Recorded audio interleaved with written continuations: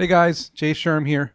In today's episode, I'm going to talk about the top 3 reasons why raising your first $1 million for your startup is so difficult and challenging. Not only raising the money, but then afterwards, what things are like. Everybody seems to think that when you raise money for your company or your business or your startup, that things get easier.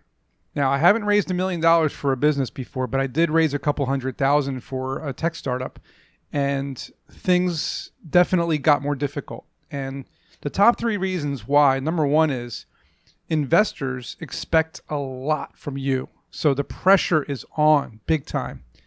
They want you to give them reports on data. They want you to try different methods that they might suggest to you. So maybe one investor wants you to try monetization or revenue methods, but you want to do more user acquisition. Maybe another investor has a partner in a company and they want you to let them advertise for free, which you might not like because it might be a company that you don't really like or a company that doesn't make any sense to partner with, but the investor gave you money and they're really pushing it on you. And when you have investors and partners, and you also raise money, it's more than likely you have a board of directors. So now you have to hold regular board meetings. You have to take board minutes, which is a document that explains what happens in those board meetings. You have to have a lot of documentation. Raising money is a lot of legalities. So you have to get a lawyer, you have to go through cap tables and executive summaries and operational agreements. Trust me when I tell you the list of documents is so long, I can have a whole episode just on that. So we're going to skip it for now. Maybe in the future I'll have a legality or a legal document episode where I explain more about legalities. But when investors see that things are working really well in your business, they're going to want to know what that is, and they're going to want to push you along that path, even though you might not like it. Again, when you have money from investors, they expect a lot out of you.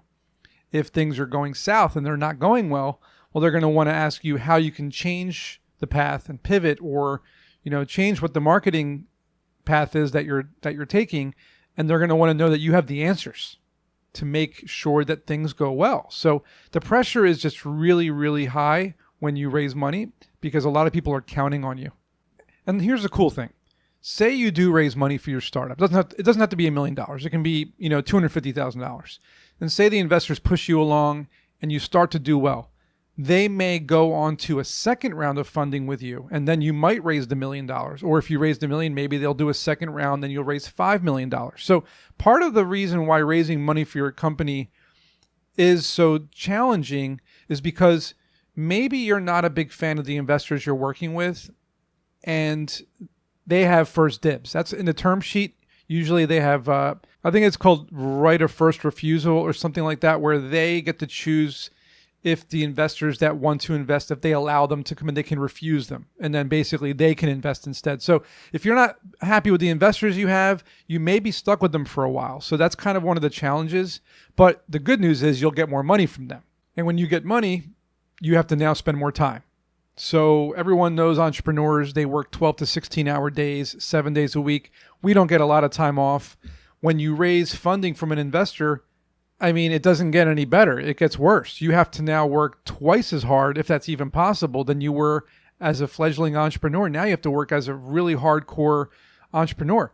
This means you have to be on top of your business, marketing, the financial aspect, the technology, UI, UX, your beta testing, your app development.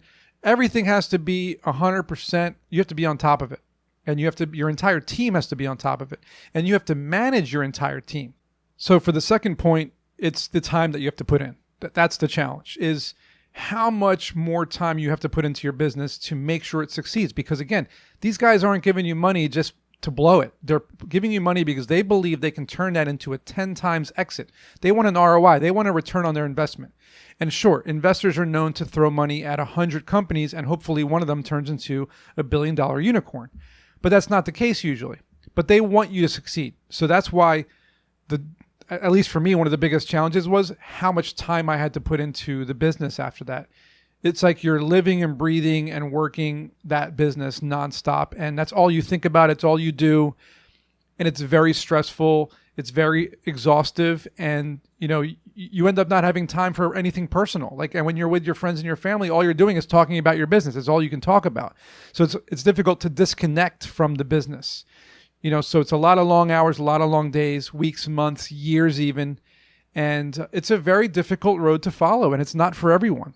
And that's why it's super important to find the right team to work with you, to fill in the gaps of your weaknesses. Or if you find people who are really good at marketing and programming and even business and whatnot, have them join your team so that you're not doing it all by yourself. And that's the third point. The third challenge of running a business is managing your team, because now you're not by yourself anymore. Now you have people depending on you. It's not so much the investors who are pressuring you. Now you have teams looking at you for guidance and suggestions and feedback on the work. They're looking for leadership. They want you to have a game plan, have everything laid out for them so that they know exactly what they're working on. They know what works and what doesn't.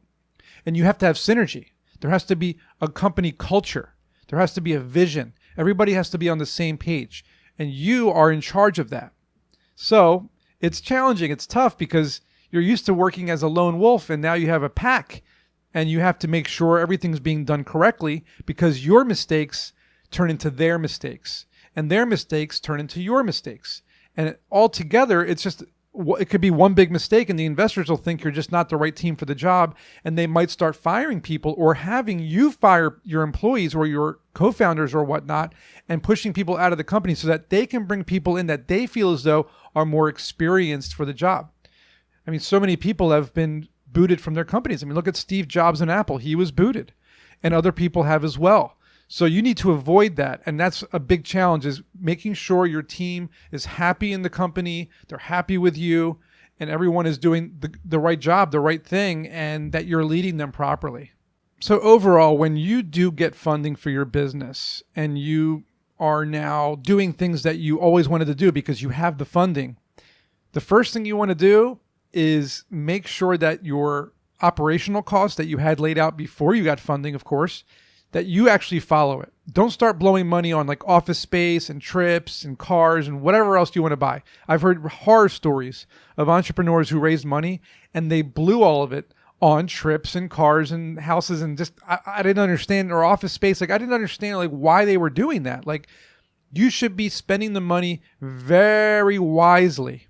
Don't blow it at all. Always be very frugal.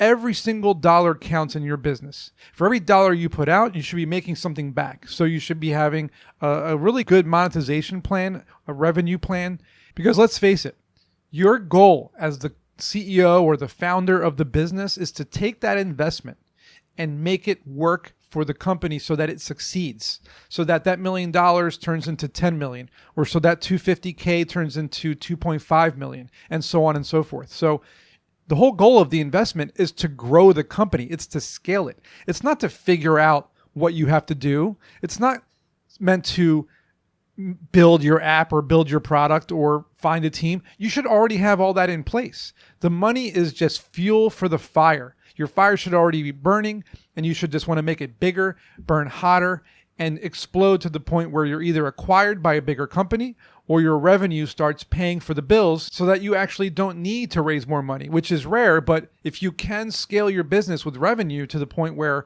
you're making more money than you need, then why would you need more investors? You can then retain more shares of your business.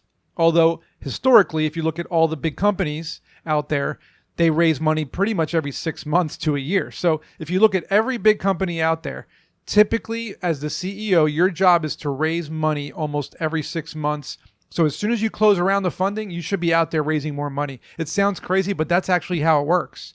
Because as soon as you get that money, your burn rate starts. Your monthly cash burn, it's already started. You're already paying bills, you're paying employees, you're paying for scaling your business, and you need more money for the next 6 months. So you have to keep raising money. It's a never-ending fundraiser, basically. So just keep that in the back of your mind, is once you start raising money, you're never going to stop. If you can handle all these challenges and you can raise money and you can handle your team and you can handle the investors' pressure, then you're going to do just fine. And I wish you the best of luck. Hope you enjoyed this episode, and I look forward to seeing you on the next one.